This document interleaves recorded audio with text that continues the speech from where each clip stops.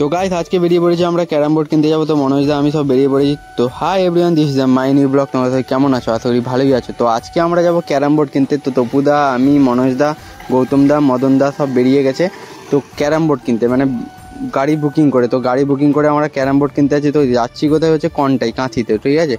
তো কাঁথি ক্যারাম কেনার জন্য অনেক মেহনত করতে হয়েছে, মানে মেহনতটা আর কি বলবো, মানে টাকা তুলতে গেছি বন্ধুদের বাড়িতে, বন্ধুরাই দিচ্ছে না টাকা। ফোন করেও বন্ধুদেরকে চাইছি, ওরাও দিচ্ছে না। মানে অবাক হয়ে যাচ্ছি, মানে এত টাকা কোথায় পাবো, মানে 12,000 টাকা, কম ব্যাপার না।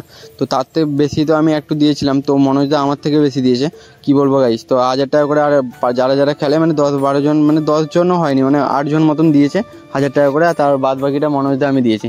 তো ঠিক আছে, তো কাঁথি চলে এসেছি, মানে কনটাই। তো শুভেন্দুর বাড়ি পের হয়ে এলাম, মানে সেন্ট্রাল আছে এটা। তো তারপরে আমরা যাবো খেলাঘর। তোমরা হয়তো অনেকে নাম শুনেছো খেলাঘর কাঁথিতে, মানে সব কিছু খেলার কিছু আইটেম পাওয়া যায়।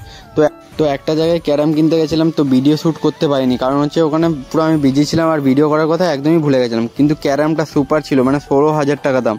তো খেলাঘর না, ওটা অন্য জায়গায়। তো ক্যারাম বোর্ডটা নিতে পারিনি, রেনো কোম্পানি ছিল, পুরো ব্র্যান্ডেড কোম্পানি। তো আমি নিয়ে নিতাম একটু পয়সা শর্ট, 1,000 টাকার জন্য আমরা কিনতে পারলাম না। আর অনলাইনে পুরো সার্ভার প্রবলেম ছিল। তো আর একটা খেলাঘরেই চলে এলাম। তো খেলাঘরে এই ক্যারামটা ছিল 12,000 টাকা দামে। তো এইটাই লাস্টে নিতে হচ্ছে, কারণ হচ্ছে আর কিছু করার নেই। এটা কিন্তু যেই ক্যারাম বোর্ডটা প্রথম দেখেছিলাম ওই ভিডিওটা তো করতে পারিনি। তো এটা দেখতে পাচ্ছ, এই কোম্পানিটাও মোটামুটি, তো এটা সবার গ্রামে গ্রামে থাকে, কিন্তু এটা হচ্ছে সব থেকে বড় নিচ্ছে আমরা, 52 ইঞ্চি, ছোট পকেট আছে। তো ক্যারামটা না দেখলে বুঝতে পারবে না। তো এখন আছে আমরা খেলা করে, বুঝতে পারছো তো। তো তপুদা আর মনোজদা নিয়ে নিয়েছে, বললো নিয়ে নে, এটা ভালো। তো মদনদাও বলছে ভালো। তো আমরা ক্যারাম বোর্ডটা প্যাকিং করে দিয়ে দিয়েছি। তো এবার গাড়িতে তুলবো আমরা। তো গাড়িতেও তোলা হয়ে গেছে। এবার যাচ্ছি আমরা কাঁথি পেরিয়ে।